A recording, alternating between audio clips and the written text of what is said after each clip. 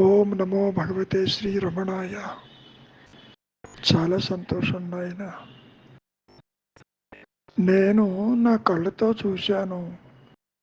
ఇంతకంటే ప్రత్యక్షమైంది ఇంకేముంటుంది? నా చెవులతో విన్నాను, నేను ఆస్వాదించాను.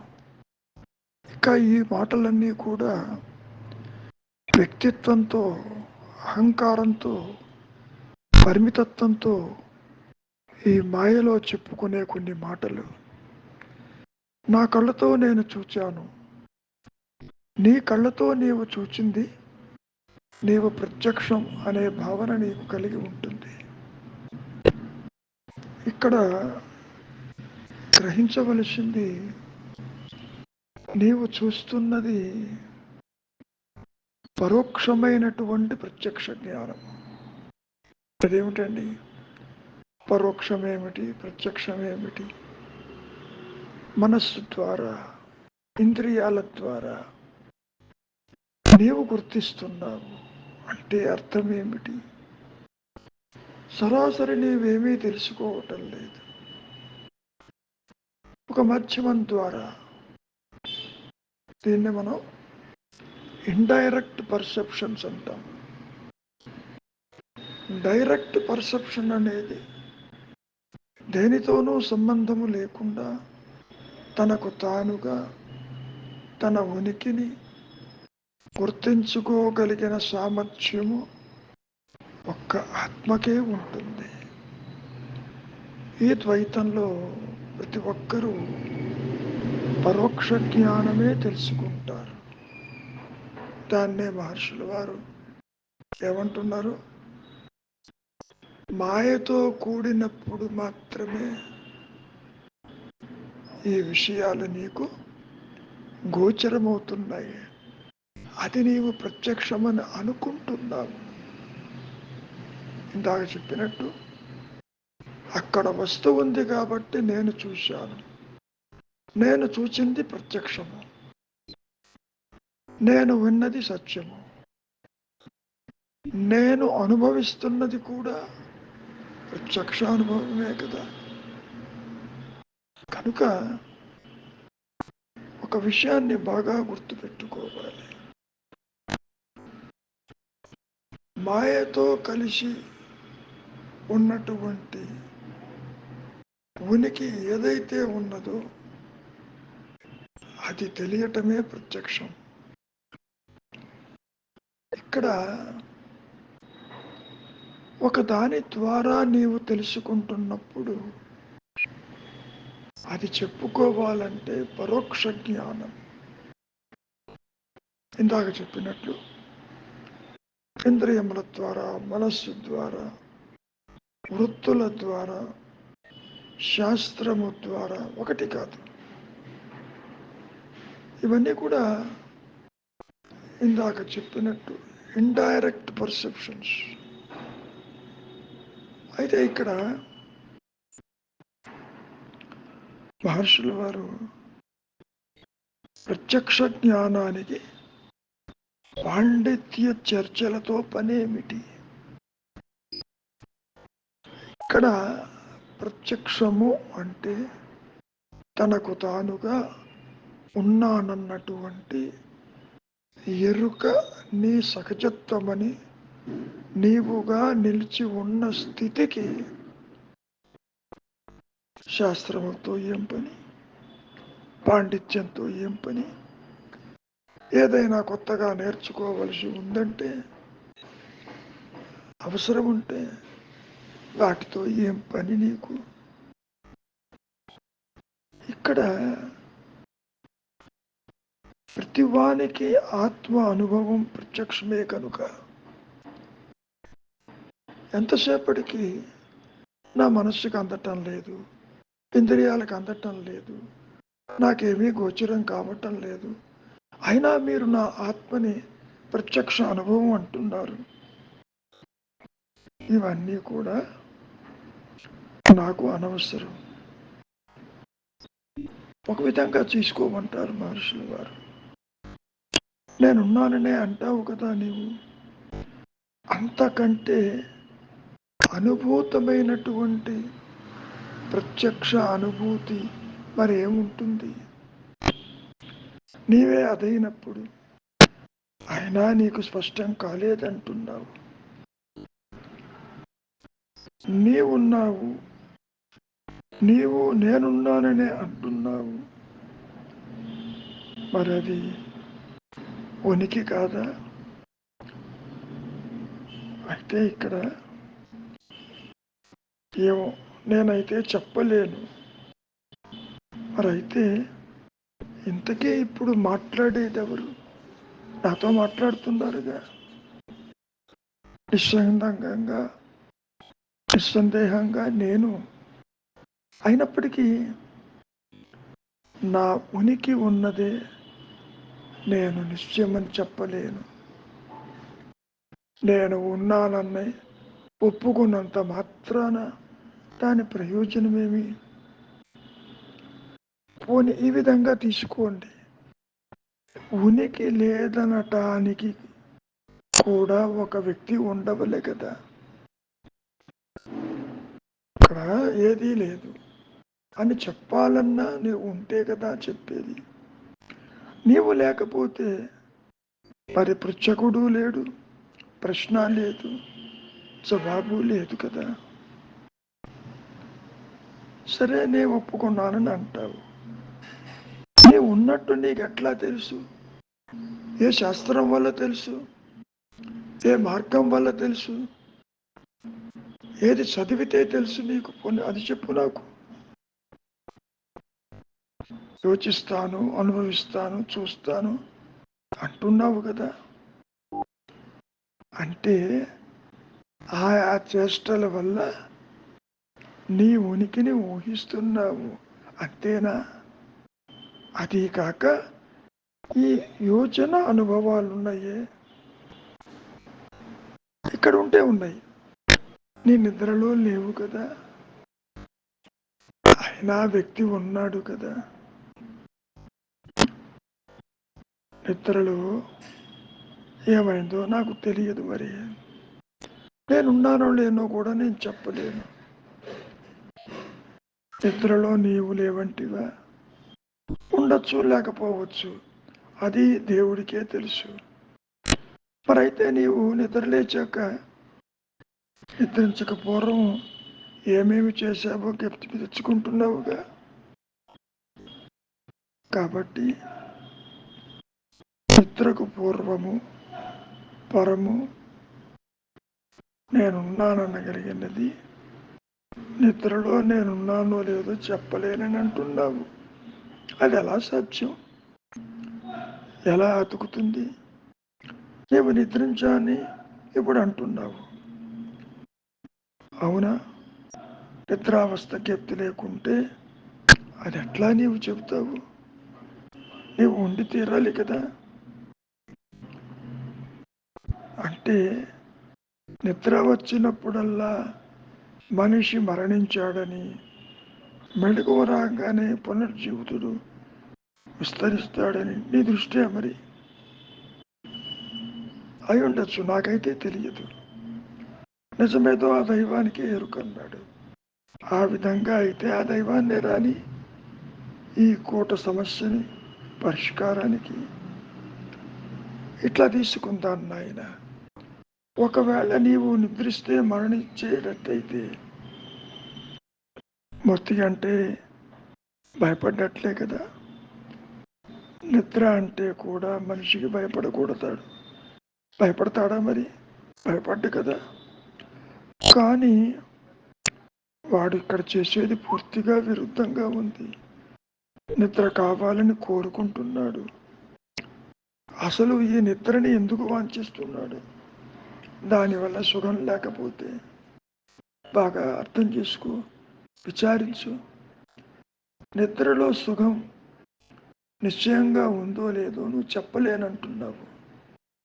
అప్పుడప్పుడు శారీరకమైనటువంటి అలసట పోయినప్పుడు నేను నిద్రను కోరుకుంటానంటున్నావు. సరే, నీ మాటే కాదన్ను, అది మంచిది.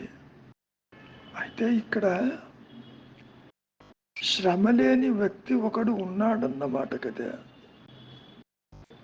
అయితే నీవు నిద్రలో ఉన్నావు. ఇప్పుడు ఉన్నావు. ఆలోచనలు లేకుండా నీవు నిద్రలో సుఖపడ్డావు కదా. ఆ వ్యక్తే ఇప్పుడు అంటున్నాడు, సుఖం లేదంటావా ఎందుచేతరని. ఒక విషయాన్ని బాగా గుర్తుపెట్టుకోనయ్యా, సుఖంగా నిద్రించానని ప్రతివాడు అంటూనే ఉంటాడు. దానికి కారణం వ్యక్తిత్వం తల ఎత్తకపోవటమే, పరిమితత్వానికి అవకాశం లేకపోవటమే. ముఖ్యంగా ఈ ద్వైత జ్ఞానమంతా అజ్ఞానమేను, సాపేక్ష జ్ఞానము, పూర్ణ జ్ఞానము కాదు. All these indirect perceptions are not real. అయితే ఇక్కడ మాయతో కూడిన ఉనికి తెలియుటయే ప్రత్యక్షం కావటం అన్నారు. ఉనికి తెలియుట అంటే గతంలో చెప్పుకున్నట్టు స్వరూప జ్ఞానానికి ముందు శిశువుగా జన్మించక తప్పదు.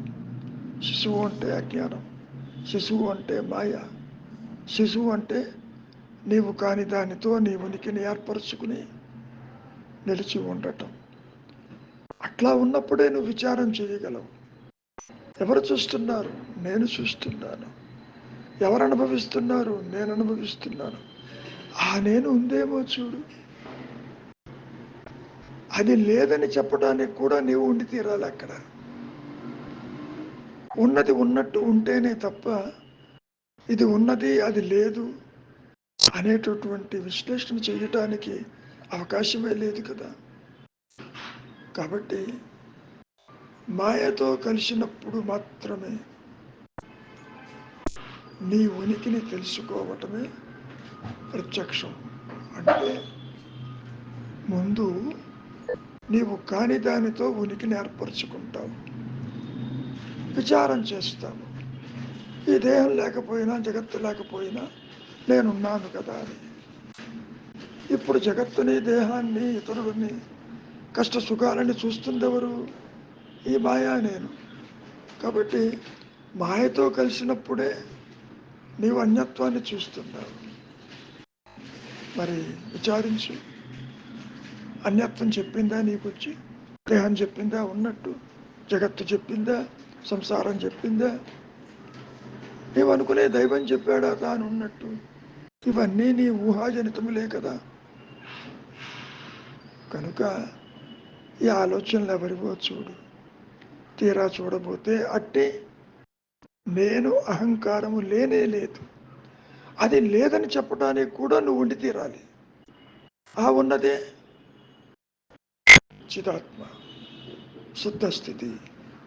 నేను ఉన్నానన్న ఎరుక మాత్రమే సత్యమై, నిత్యమై, ఏకమై, అనంతమై, అద్వితీయమై, పరిధులు లేక ఒకటి ప్రకాశిస్తుంటేనే తప్ప నీవు ఇక్కడ అది చూశాను, ఇది చూశాను, ఇది బాగుంది, అది బాగోలేదు, ఇక్కడ ఏం జరుగుతుంది? నీవు కాని దానితో ఉనికిని ఏర్పరచుకున్నావు. దేహం పుట్టుక నీ పుట్టుక అనుకుంటున్నావు. కానీ విచిత్రం ఏంటంటే దేహస్మరణ లేకపోయినా నిద్రలో ఉన్నావు నీవు. మరి నిద్రలో ఉన్న విషయం నీకు ఎలా తెలుస్తుంది? తప్పకుండా తెలుస్తుంది. నిద్రలో ఉన్నదే ఇక్కడ కూడా ఉన్నది. అహం స్ఫురణ లేకుండా అహం దేహం తల ఎత్తదు. అహం దేహం లేకపోయినా, నేను దేహం అన్న భావన తల ఎత్తకపోయినా, నేను ఉన్నానన్న ఎరుకకి ఏ ఇబ్బంది లేదు. దాన్నే మనం చిదాత్మ అని, శుద్ధమని, స్థితి అని, ఉన్నదని జ్ఞానవృత్తి చేత ఆత్మ తనకు తానుగా ప్రకాశింపచేసుకునే స్థితిని మనం ప్రత్యక్ష అనుభవం అని చెప్పుకోవచ్చు. దాన్నే ఆత్మ అనుభవం. చెప్పుకోవటానికి అపరోక్ష అనుభూతి అన్నా, పరోక్షము కానిదన్నా, ఈ అనుభూతి ఎవరికి? ఆత్మకి, జీవుడికి కాదు. జీవుడు ఒక ఊహా వస్తువు, ఒక మాయావి. అటు జడము కాదు, ఇటు చైతన్యము కాదు. అందుకని ఆదిశంకర్లు చిచ్చడ గ్రంథి అంటూ చెప్పుకొచ్చారు. ఒక ముడి, అది లేనిది ఉన్నట్టుగా కనపడుతుంది. ఆ లేని దానికే దేహాదులు, సంసారము, జగత్తు, శాస్త్రాలు, ఇతరులు, జనన మరణాలు, అవస్థాత్రయములు, ఇవన్నీ మనస్సులో ప్రకాశిస్తూ ఉంటాయి. నీ లోపల ఉన్నదే నువ్వు బాహ్యంలో చూస్తావు. లోపల లేనిది బయటేది చూడలేము. కనుక నాయన విచారించు. ప్రత్యక్ష అనుభవం అంటే నేను ఉన్నానన్న ఎరుకగా నీవు నిలిచి ఉన్నావు ఆల్రెడీ. ఇదిగో ఆలోచన వచ్చి నిన్ను బయటికి లాక్కొచ్చింది. పరోక్ష జ్ఞానం అలవాటు చేసింది ద ఇండైరెక్ట్ పర్సెప్షన్స్ని. ఎప్పుడైతే నీవుగా ఉండటానికి అలవాటు చేసుకుంటావో, అన్య చింతన లేక, అన్య భావనలు లేక, అన్య వృత్తులు లేక, ఆ స్థితి అలవాటు అయినప్పుడు మరి శాస్త్రంతో నీకేం పని? ఉన్నది ఒకటే శుద్ధ స్థితి, శుద్ధ చైతన్యం. అదే అంటారు మహర్షుల వారు కూడా. ఒకటే నేను ఉంటుంది. ఈ మనస్సు శుద్ధమై, శుద్ధ సత్తమై నేను ఉన్నానన్న ఎరుక ఇక్కడే దీంట్లోనే ప్రకాశిస్తుంది. కొత్తగా ఏది రాదు. అహంకారము ఉన్నా లేకపోయినా ఆత్మకొచ్చే ఇబ్బంది ఏది లేదు. మంచిది. మౌనమే శరణ్యం.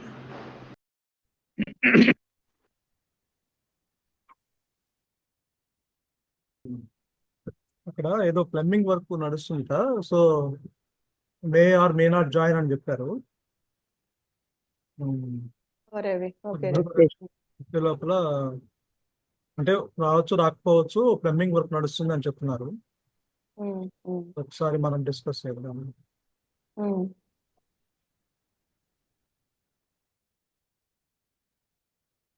ప్రత్యక్షం కాగిలిగినది మాయతో కూడినప్పుడే, మాయతో కలిసిన ఉనికి తెలియటే ప్రత్యక్షం కావడం చిదాత్మ శుద్ధి స్థితి మాత్రమే అంటున్నారు ఇక్కడ. గురువు గారి ఇందాకే చెప్పారు ప్రిపరేషన్. మన ప్రయత్నం మనం చేద్దాం కొంచెం. చెప్పండి. ప్రత్యక్షం కాగలిగినది మాయతో కూడినప్పుడే అంటున్నారు. అంటే ఇక్కడ అంటే నేనేమనుకుంటున్నానంటే, మాయ అంటే ప్రత్యక్షం అంటే మాయ అంటే గురువుగారు చెప్తుంటారు, లేనిది ఉన్నట్లుగా కనిపించటం ఒకటి. అంటే మనకి ఉన్న సద్వస్తువు తాడును చూసి పాముగా భ్రమించటం అంటే భ్రాంతి చెందటము. అంటే ఉన్న సద్వస్తువు మనకి తెలియక దాన్ని మనం పాముగా భ్రాంతి చెందటము. అంటే ఆ ప్రత్యక్షము ఇక్కడ ఏంటి, ప్రత్యక్షం కాగిలినది మాయతో కూడినప్పుడే అంటున్నారు. అంటే ప్రత్యక్షం అంటే ఇక్కడ అంటే ఏదైనా మనము ఏదైనా మనం కంటితో చూస్తున్నా, చెవులతో మనము విన్నా, లేదంటే మనం మాట్లాడుతున్నా, మనము ఒక రుచి చూస్తున్నా, అంటే ఇంద్రియాల ద్వారా, లేకపోతే స్పృశిస్తున్నా, ఇవన్నీ మనకి అనుభవమే, ప్రత్యక్ష అనుభవం. అంటే ఇప్పుడు నేను మిమ్మల్ని చూస్తున్నాను, మీరు నాకు ప్రత్యక్షంగా ఉన్నారు, ఎదురుగా కనిపిస్తున్నారు, మీరు నాకు ప్రత్యక్షంగా కనిపిస్తున్నారు. అంటే అంటే ఈ ప్రత్యక్షం అంటే మనకి ఏదైతే నిత్య అనుభవంలో ఉందో, అంటే నాకు ఎదురుగా నేను చూస్తున్నా కూడా ఎవరన్నా మాటలు నేను వింటాను, మీరు చెప్పిన మాటలు నేను వింటాను, ఏదన్నా ఆహారం ఇస్తే దాని రుచి చూసి చెప్తాను, లేదంటే నేను స్పృశించినప్పుడు స్పర్శ నాకు తెలుస్తుంది. అట్లానే ఈ ఇంద్రియాల ద్వారా ఏదైతే నీకు అనుభవంలో ఉన్నాయో ఇవన్నీ ప్రత్యక్షం అనుభవం. అంటే నీకు ప్రత్యక్షంగా ఇవన్నీ నీకు అనుభవంలో ఉన్నాయి. కానీ ఇక్కడ ఏం చెప్తున్నారంటే ప్రత్యక్షం కాగిలిగినది మాయతో కూడినప్పుడే అంటున్నారు. అంటే ఇది మనం నిజంగా ఇదే ప్రత్యక్షం అనుకుంటున్నాం. అంటే మనకి ఏదైతే మనకి ఈ చూస్తున్నప్పుడు ఎదుటి వ్యక్తులు కనిపిస్తున్నప్పుడు వాడు ప్రత్యక్షంగా మనకు కనిపిస్తున్నాం అని చెప్తున్నాము. అంటే అదే నిజమైన ప్రత్యక్షం. అంటే యాక్చువల్గా అదేంటంటే పరోక్షం, అది ప్రత్యక్షం కాదు. అంటే పరోక్షానుభూతి అంటారు కదా. అంటే ఆ నీకు అంటే నీకు పరోక్షంగా ఉన్నది అనుభవంలో ఉంది. అదే ఇక్కడ మనం ప్రత్యక్షం అనుకుంటున్నాం. మనకి ఏదైతే నిత్యము మనకి ఈ మాయలో మనము ఎదురవుతున్నాయో, తటస్థిస్తున్నాయో అన్ని అనుభవాలు, ఇవన్నీ మనం ఎవరు లేవని చెప్పట్లా. ప్రత్యక్షంగా నాకు జరుగుతున్నాయని అంటారు. ఇప్పుడు నాకు నొప్పి వచ్చింది. నొప్పి వచ్చినప్పుడు అరే నాకు నొప్పేనే నేను ప్రత్యక్షంగా నేను చెప్తున్నాను కదా అంటున్నాను. లేకపోతే డాక్టర్ దగ్గరికి ఎట్టా వెళ్ళి చెప్పలేం కదా. ఇప్పుడు ఆ అనుభవంలో ఉంది కాబట్టి ఆ ప్రత్యక్షంగా నేను ఇప్పుడు గుచ్చి గుచ్చి అడిగితే డాక్టర్ నిజంగా నీకు నొప్పి ఉందా ఇక్కడ ఉందా అన్నప్పుడు ఏం చెప్తాం మనం? అరే బాబు నాకు ఇక్కడే నొప్పి ఉందా, నేను తట్టుకోలేకపోతున్నాను, నా కడుపులో నొప్పి ఉంది అని నిజంగా ప్రత్యక్షంగా నేను చెప్తున్నాను అంటే దాని అంటే ఏంటి అర్థం ఏంటంటే ఆ అనుభవంలో నుంచి చెప్తున్నాడు, దాన్ని అనుభవించి చెప్తున్నాడు ప్రత్యక్షంగా. ఏదన్నా నీవు ఒక విషయము వచ్చినప్పుడు మరి నువ్వు వాళ్ళు నిజంగా ఎవరు తటస్థ ఎవరో ఒక వాళ్ళ పూర్వ విద్యార్థులు లేకపోతే ఎవరో కనిపించారు వాళ్ళకి సంబంధించిన వాళ్ళు వచ్చి చెప్తుంటారే నువ్వు నిజంగా ప్రత్యక్షంగా వాళ్ళని చూసావా లేకపోతే భ్రమ చెందావా అంటాడు. అంటే ఆ భ్రమ చెందావా, నువ్వు నిజంగా వాళ్ళని ప్రత్యక్షంగా చూసి చెప్తున్నావా, అక్కడ జరిగింది చెప్తున్నావా అంటారు. అరే బాబు నేను జరిగిందే నా కళ్ళతో, నీ ప్రత్యక్షంగా నా కంటితో నా చెవులతో విని నేను వాళ్ళని చూసి వాళ్ళతో మాట్లాడి నీకు చెప్తున్నా అంటారు. అంటే ఏంటిది? ఇది ఇది ప్రత్యక్షమైన అనుభవం. అంటే వాడికి అది నిజంగా అనుభవంలో ఉంది. అది అంటే వాడు ఆ అనుభవాన్ని తీసిపారేయట్లా వాడు. అంటే వాడు అది నేను నిజంగా చూశాను రా, వాళ్ళు నాకు కనిపించారు, నేను వాళ్ళతో మాట్లాడాను, వాళ్ళతో ముచ్చటించాను, ఆ గంట సేపు కూర్చొని మాట్లాడుకున్నాము, పూర్వ స్మృతులని తెలుసుకున్నాము, అంతా చేసుకున్నాము, అంతా నీకు ఆ ప్రత్యక్షం అనుభవం నుంచి నీకు చెప్తున్నాను అంటాడు. అంటే ఏంటంటే ఇక్కడ అది వాడికి ఎలా సాధ్యపడింది ఆ ప్రత్యక్ష అనుభవము అంటే, ఆ ప్రత్యక్షము కాగలిగినది మాయతో కూడినప్పుడే అంటున్నారు. అంటే మాయతో కూడినప్పుడు అంటే వాడంతా వాడు చెప్పట్లా. అంటే అక్కడ వాడు అంటే వెనక మనస్సులో అవి రికార్డ్ అయ్యి ఆ రికార్డులోంచి వాడు బయటికి తీసి చెప్తున్నాడు. అంటే వాడంతా వాడు చెప్పడు. ఆ మాయతో, అంటే మాయ అంటే మనం ఇందాక అనుకున్నాం కదా, మమ్మ మాయ మనస్సు, అహంకారం జనించటమే మాయ, అహంకారం పుట్టటమే మాయ. అంటే ఆ ఆ ఎప్పుడైతే వాడు ఆ మాయ అంటే ఏదైతే ఆ మనస్సుతో తాదాత్మ్యం చెంది ఆ ఇంద్రియాలతో తాదాత్మ్యం చెంది ఈ శరీరం ద్వారా ఆ ఇవన్నీ అంటే ఈ మాయ అంటే ఇవన్నీ మా ఇంద్రియాలు కావచ్చు, మనస్సు కావచ్చు, ఈ అహంకారము, ఇవన్నీ చెప్పుకునే ఇవన్నీ ఏంటంటే ఇవన్నీ మాయలో ఉన్న మనం అనుకునే వాడుకునే మనం అనుకుంటామే. అంటే లేనిది ఉన్నట్లుగా కనిపించటము, ఇవన్నీ మనసుతో తాదాత్మ్యం చెందటము, గుర్తించటము, వింటము, స్పృశించటము, ఇవన్నీ అనుభవంలోకి ఏదైతే ఉన్నాయో ఇదంతా మాయ కిందకే వస్తుంది. అంటే ఈ మాయతో కూడినప్పుడే అంటున్నారు ఇక్కడ. అంటే వాడంతా వాడు చెప్పలేకపోతున్నాడు. ఇవన్నీ ఆ అనుభవంలో ఉన్నవన్నీ లోపల రికార్డ్ అయ్యి వాడు మరుసటి రోజు ఒక వారం తర్వాత ఇంటికి వచ్చినప్పుడు అరే నేను అక్కడ చూశాను అని, నేను మా పూర్వ విద్యార్థులు నాకు కనిపించారు 10-15 ఏళ్ల కిందట, నేను వాళ్ళు గుర్తుపట్టి వాళ్ళతో మాట్లాడని ఎప్పుడు చెప్తున్నాడు? వాడు ఇంటికి వచ్చిన తర్వాత మళ్ళీ అవన్నీ రికార్డ్ చేసినవన్నీ చెప్తున్నాడు. అంటే ఏంటంటే వాడంతా వాడు చెప్పలేడు. ఆ లోపల ఆ మనస్సు ద్వారా మళ్ళీ తీసి వాడు చెప్పగలుగుతున్నాడు కదా. అంతేగా అంటే ఆ ఏమైనా మనం మాట్లాడినా కూడా ఇప్పుడు నాకు లడ్డు తిన్నప్పుడు నాకు రుచి తెలుస్తుంది. రుచి తెలిసినప్పుడు అబ్బా చాలా బాగుంది అని చెప్పి వెంటనే ఆ ప్రత్యక్షంలో నాకు అనుభవంలో ఉన్నది నేను చాలా బాగుంది అని చెప్పి మనం ఇంకో స్వీట్ తింటాం, ఇంకో లడ్డు తింటాం. అంటే ఏంటంటే ఆ అనుభవం అప్పటికప్పుడు చెప్తున్నాము. అంటే ఏంటి వాడు ఎట్ట చెప్తున్నాడు? వాడు లోపల నుంచి కదా చెప్పేది. వాడు లోపల నుంచి తీసుకొచ్చి బయటికి తీసుకొచ్చి చెప్తున్నాడు ఆ అనుభవంలో. ఆ మాటలు కూడా అంతే కదా, బయటికి ఎట్ట వస్తున్నాయి? గుర్తునే వాడి అనుభవంలోంచి రికార్డ్ అయినవే అవి వాడు గుర్తుపట్టి ఆ అనుభవంలోంచి తీసి వాడు చెప్పగలుగుతున్నాడు. అంటే ఇదంతా ఈ ప్రత్యక్షం కాగలిగింది ఈ మాయతో కూడినప్పుడే అంటున్నారు ఇక్కడ. వాడంతా వాడు చెప్పలేడు. సో ఈ మాయతో, ఈ మనస్సుతో, ఈ ఇంద్రియాలతో తాదాప్యం చెందటం వల్ల మాత్రమే నువ్వు ఇది చెప్పగలుగుతున్నావు. ఇదే ప్రత్యక్షము. కానీ ఇది పరోక్షం. ఇది అంటే నీకు విడిగా ఉన్నవి, ఇవన్నీ విడిగా ఉన్నవే నువ్వు పరోక్ష జ్ఞానమే, అంటే పరిమితమైన జ్ఞానం ఇది. ఈ పరిమితమైన జ్ఞానమే ఇదే ప్రత్యక్షం అనుకుంటున్నావు.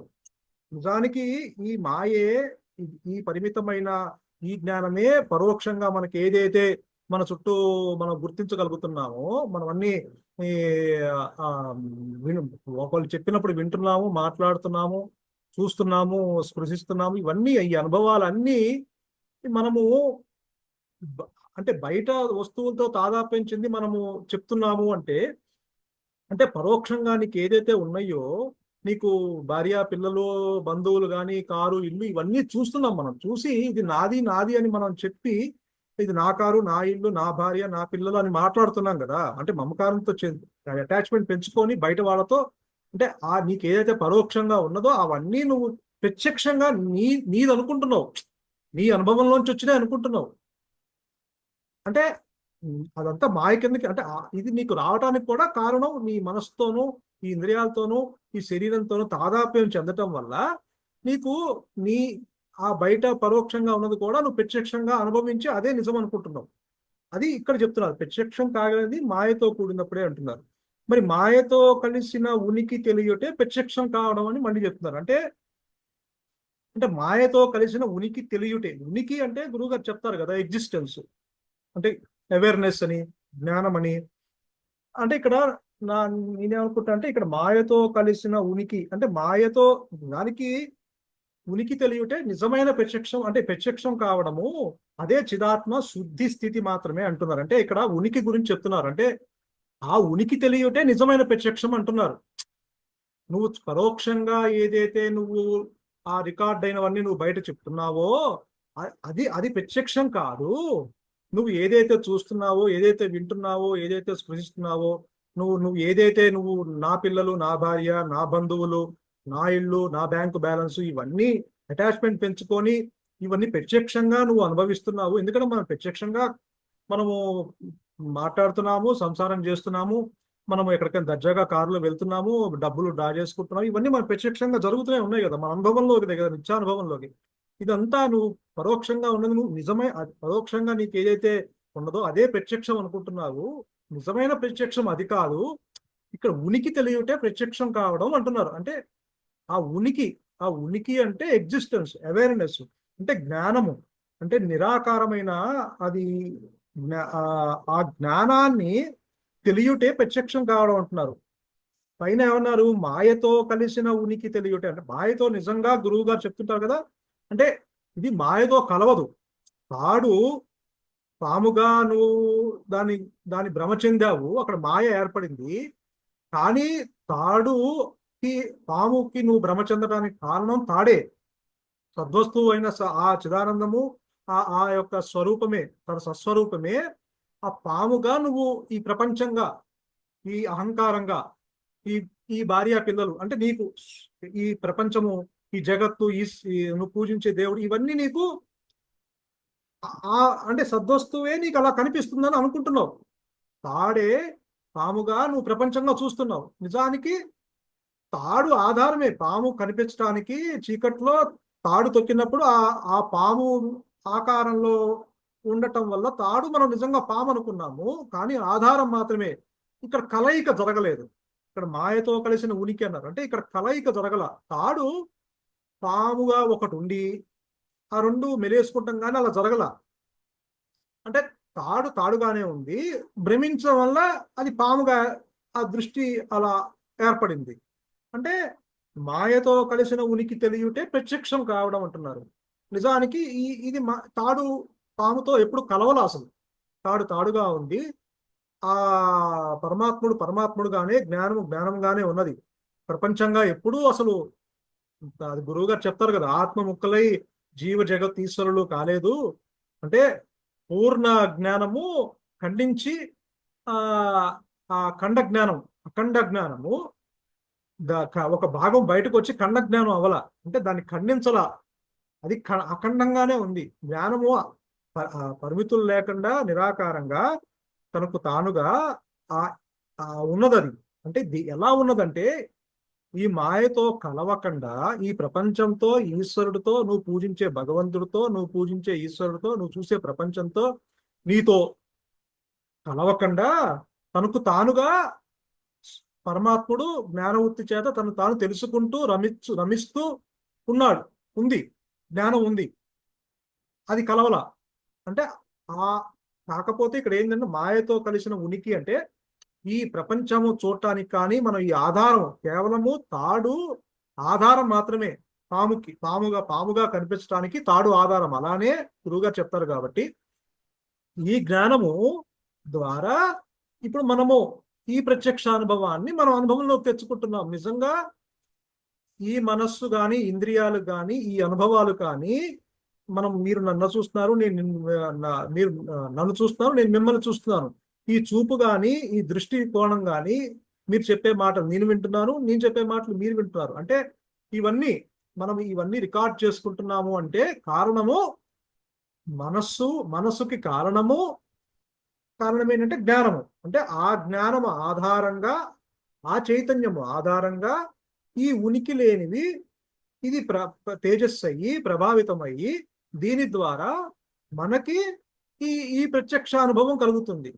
నిజానికి ఈ జ్ఞానం అనేదే లేదనుకో, ఇవి ఉనికి లేనివి. అంటే శరీరము జడ పదార్థము. ఇప్పుడు ఒకడు చనిపోయాడు, శవం ఉంది, శవం లేచి మరి మాట్లాడాలిగా. ఒకవేళ నిజంగా ఉనికి ఉంటే గనక మన అందరు చుట్టూ ఏడుస్తున్నప్పుడు అరే ఏడవకంటారా నీ బతికే ఉన్నాను లేచి చెప్పాలిగా శవం.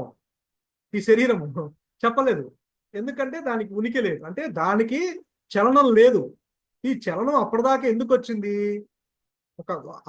వెనక ఆ చైతన్యం ఉంది కాబట్టి దీనికి చలనం ఏర్పడింది.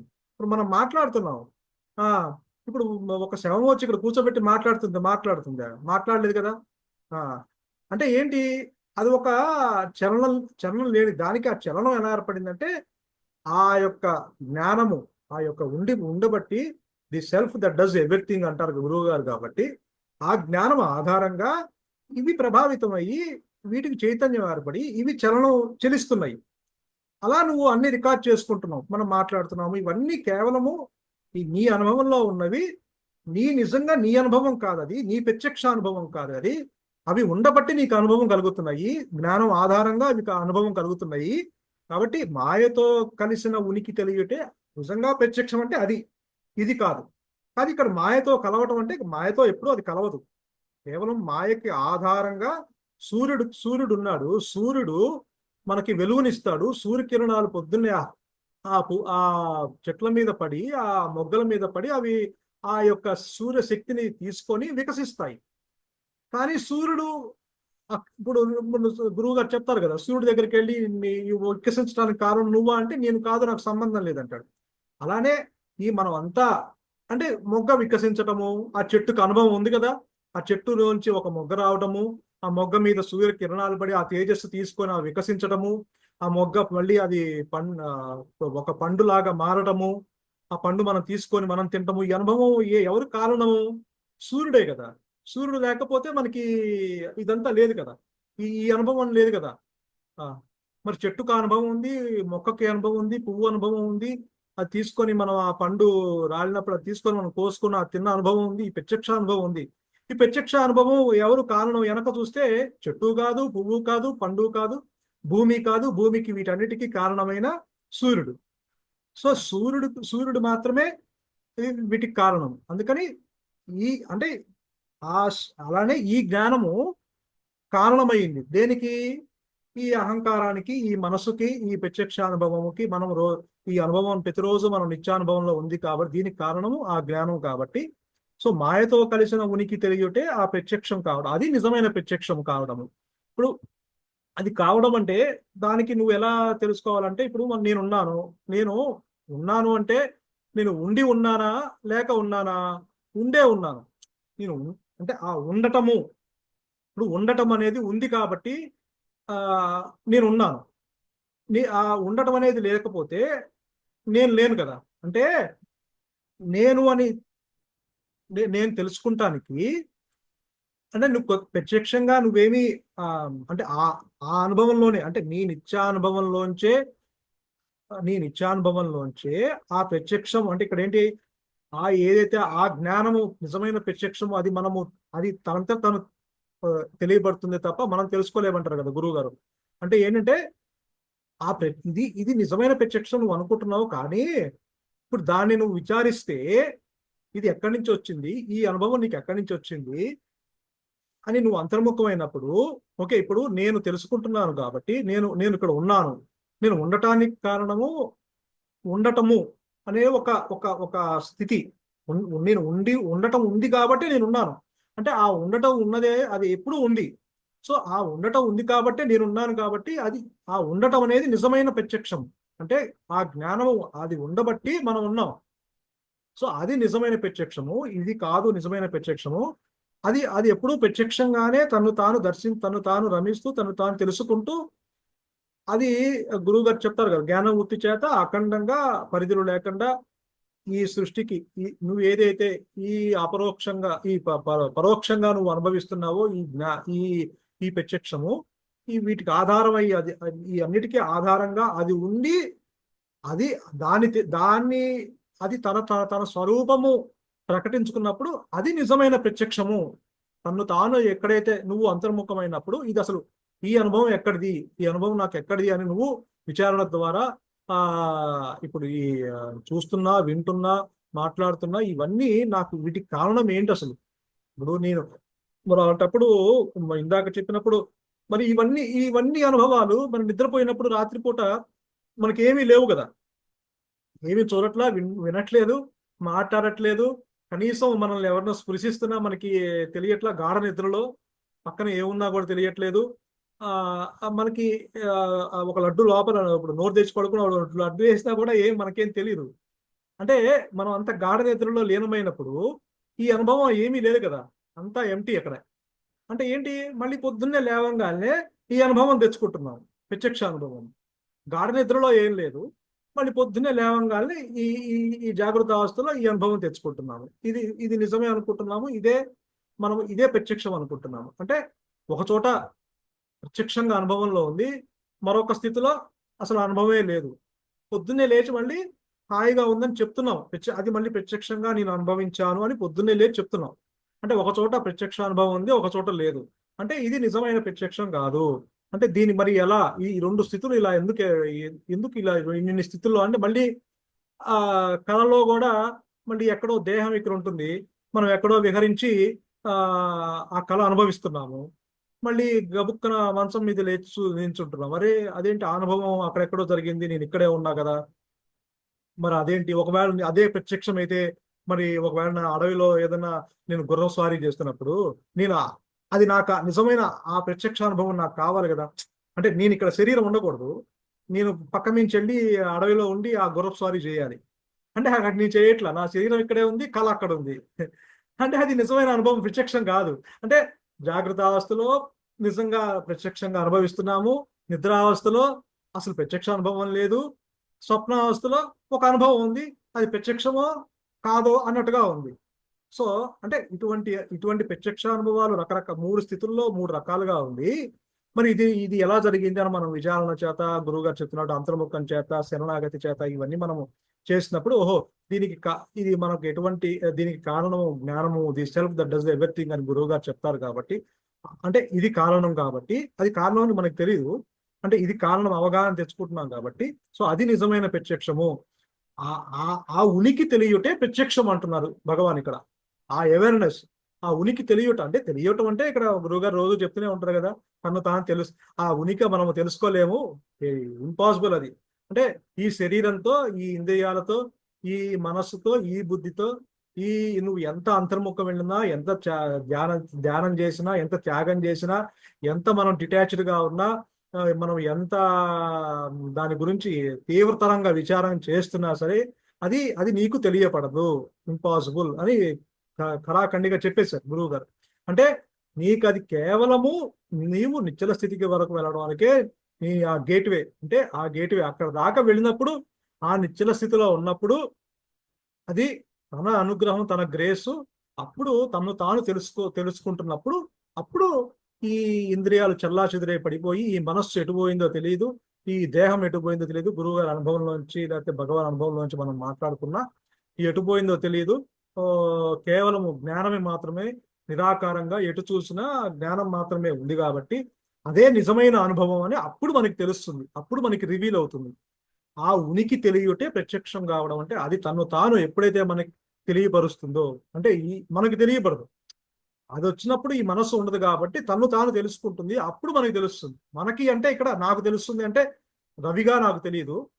అక్కడ జ్ఞానము అనుభవంలో జ్ఞానానికి మాత్రమే. అంటే నీ జ్ఞానానుభవం జ్ఞానానికి మాత్రమే అంటే ఆ నిరాకారము అయిన ఆ స్థితిలో ఈ కేవలం నిరాకారం మాత్రమే ఎల్లలు లేకుండా ఘనీభవించి ఆ ఘనాతి ఘనంగా అని చెప్తారు కదా, పదాలు వాడతారు గురువు. అంటే అంత సాలిడ్ గా, అంత ఘనాతి ఘనంగా, ఎల్లలు లేకుండా, పరిధులు లేకుండా, అనంతంగా, ఇన్ఫినైట్ గా, అసలు ఎటు చూసినా అసలు చూడటం అంటే మనం ఆ బోర్డర్ లేదు, ఉండదు, నో బోర్డర్.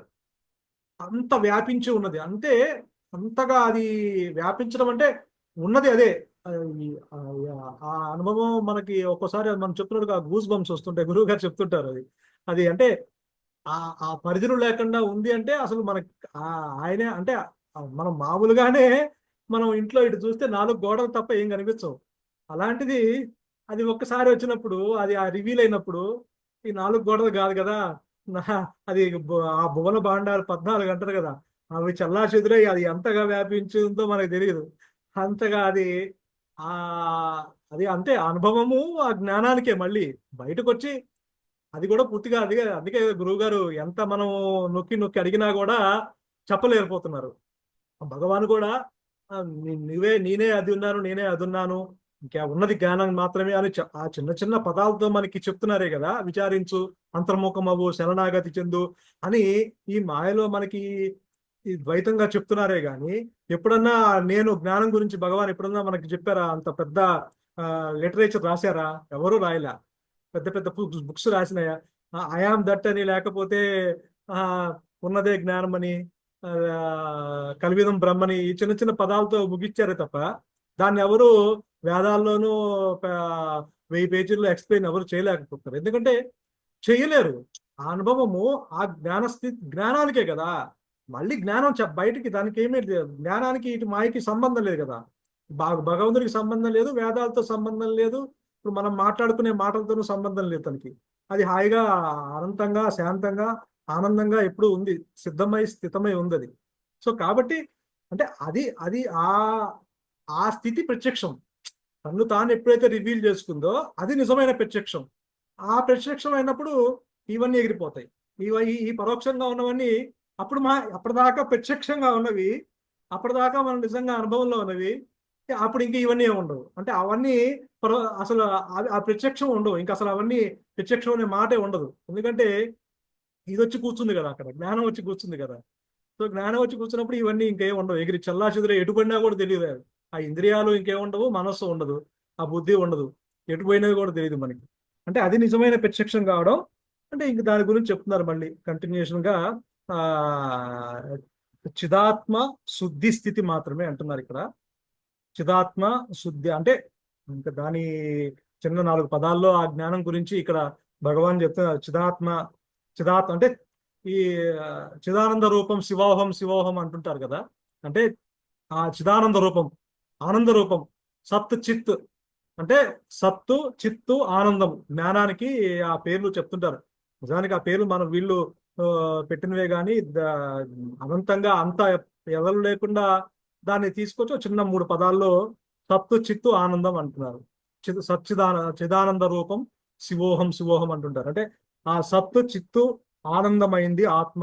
ఆ చిదాత్మ శుద్ధి స్థితి మాత్రమే. అంటే శుద్ధమై, అదే అంటే గురువుగారు ఆ చెప్తారు కదా, ఆ మనస్సు శుద్ధ సత్వ మనస్తే అంటాం కదా. అంటే పరిశుద్ధంగా, ఎటువంటి పరిశుద్ధంగా అంటే ఎటువంటి పొల్యూషన్ లేకుండా, ఎటువంటి పొల్యూటెడ్ కాదు అది.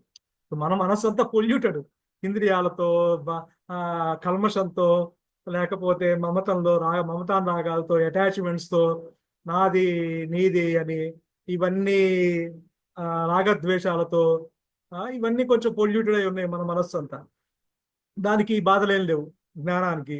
ఎటు వచ్చి మనకే కాబట్టి దానికి అది శుద్ధమై సత్వమై ఉంది. అంటే ఆ సత్వ శుద్ధి స్థితి అన్నారు. అంటే పొల్యూటెడ్ లేకుండా శుద్ధంగా, అసలు క్లీన్ గా, అంటే క్రిస్టల్ క్లియర్.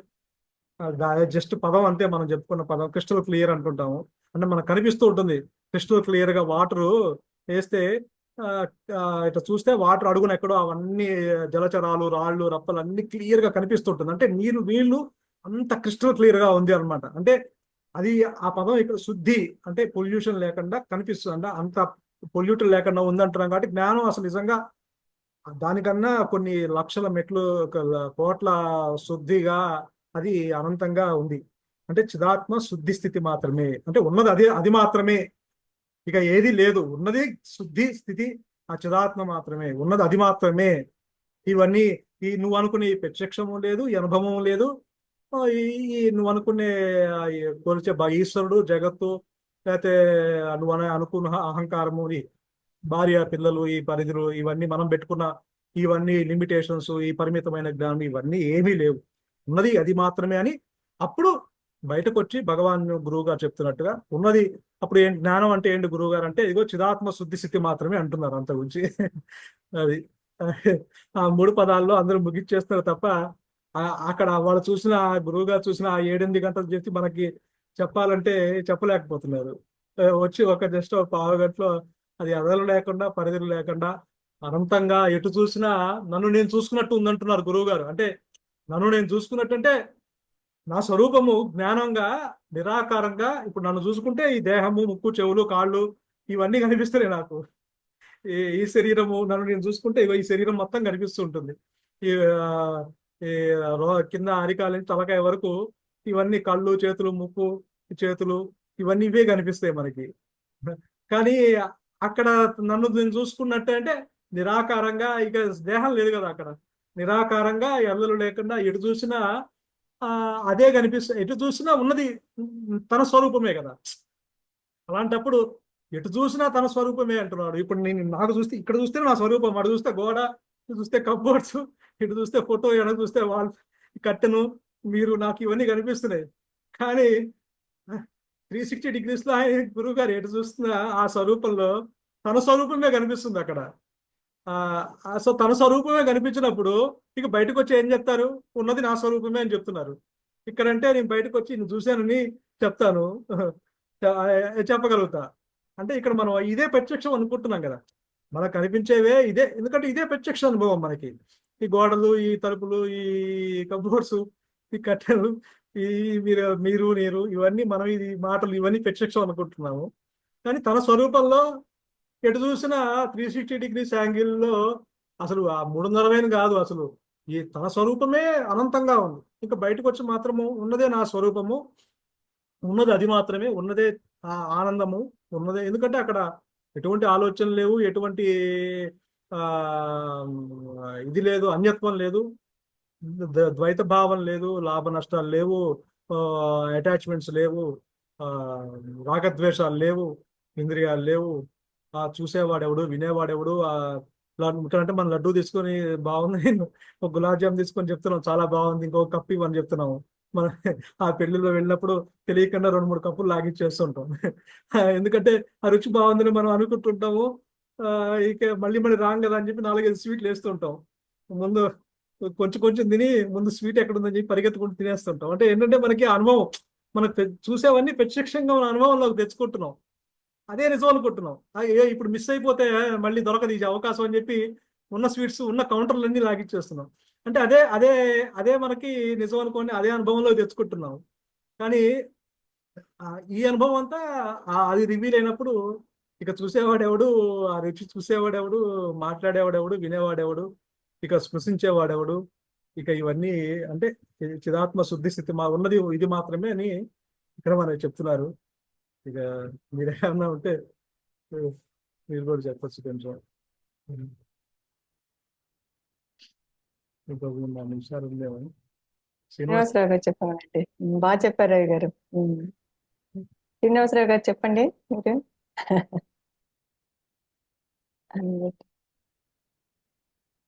మ్యూట్ లో ఉన్నారండి.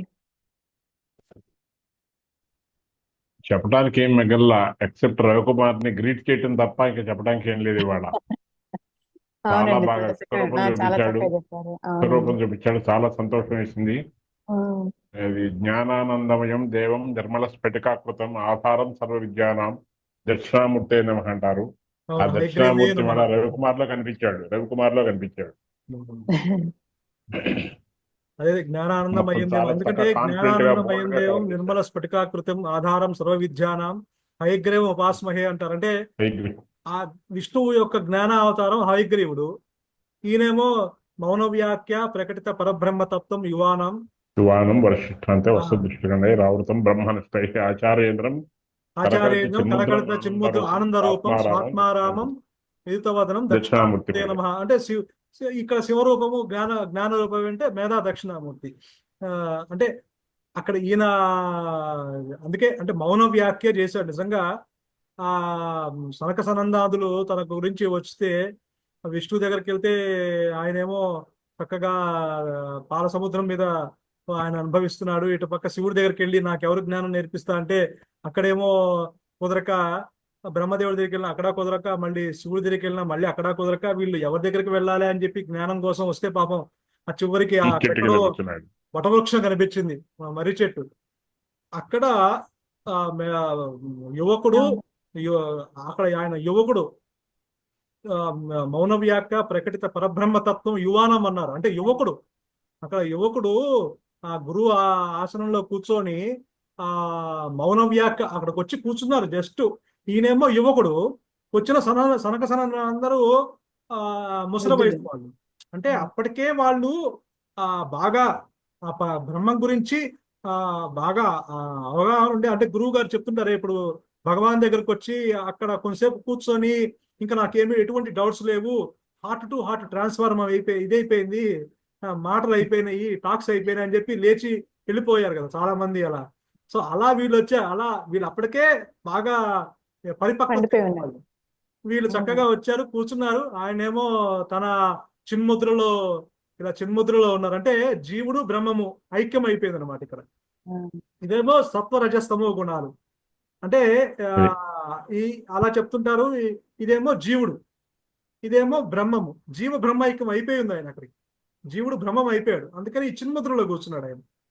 ఆ ఆయన త్రిగుణాలను మౌన వదిలినప్పుడు వ్యాఖ్య. త్రిగుణాలను వదిలేసినప్పుడు అవును, అంటే ఆ మౌన వ్యాఖ్య చేశాడు. అంటే మౌనంతోనే వ్యాఖ్యం భగవాన్ చేసింది. భగవాన్ అందుకే దక్షిణామూర్తిగా భగవాన్ చూస్తారంటే భగవాన్ కూడా మౌన వ్యాఖ్య అంతా, ఎక్కడ ఏమీ మాట్లాడాల. అవసరం ఉన్నప్పుడు అప్పుడప్పుడు అక్కడ బయటకు వచ్చి తీసుకొచ్చినప్పుడు అప్పుడు ఆ కావ్యకంఠ గణపతి ముని బయటకు వచ్చి తీసుకున్నప్పుడు అప్పటి నుంచే ఆ పలక మీద రాయటం అక్కడక్కడ చేశారు తప్ప మొదటంతా మౌన వ్యాఖ్యమే ఆయన. సో ఈయన ఈ సంవత్సరంగా వచ్చినప్పుడు ఈ చిన్ముద్ర వేసుకొని జీవ బ్రహ్మ ఐక్యంలో కూర్చుంటే ఆయన కళ్ళు మూసుకొని తను రమిస్తూ ఉన్నాడు. జ్ఞానము తను అంటే ఆయన జ్ఞాన స్వరూపుడు, తను తాను రమిస్తూ ఉన్నాడు అక్కడ. ఈ ఈ ఈ ఇక్కడ వీళ్ళు వచ్చి కూర్చున్నారు, అప్పటికే వీళ్ళు పరిపక్వత చెందారు. వీళ్ళు కూర్చున్నారు, వీళ్ళు ఆయన ఏం మాట్లాడలేదు, వీళ్ళు ఏం మాట్లాడలా. వీళ్ళకి మొత్తము వీళ్ళకి డౌట్స్ అన్ని పటాపంచలు అయిపోయినాయి.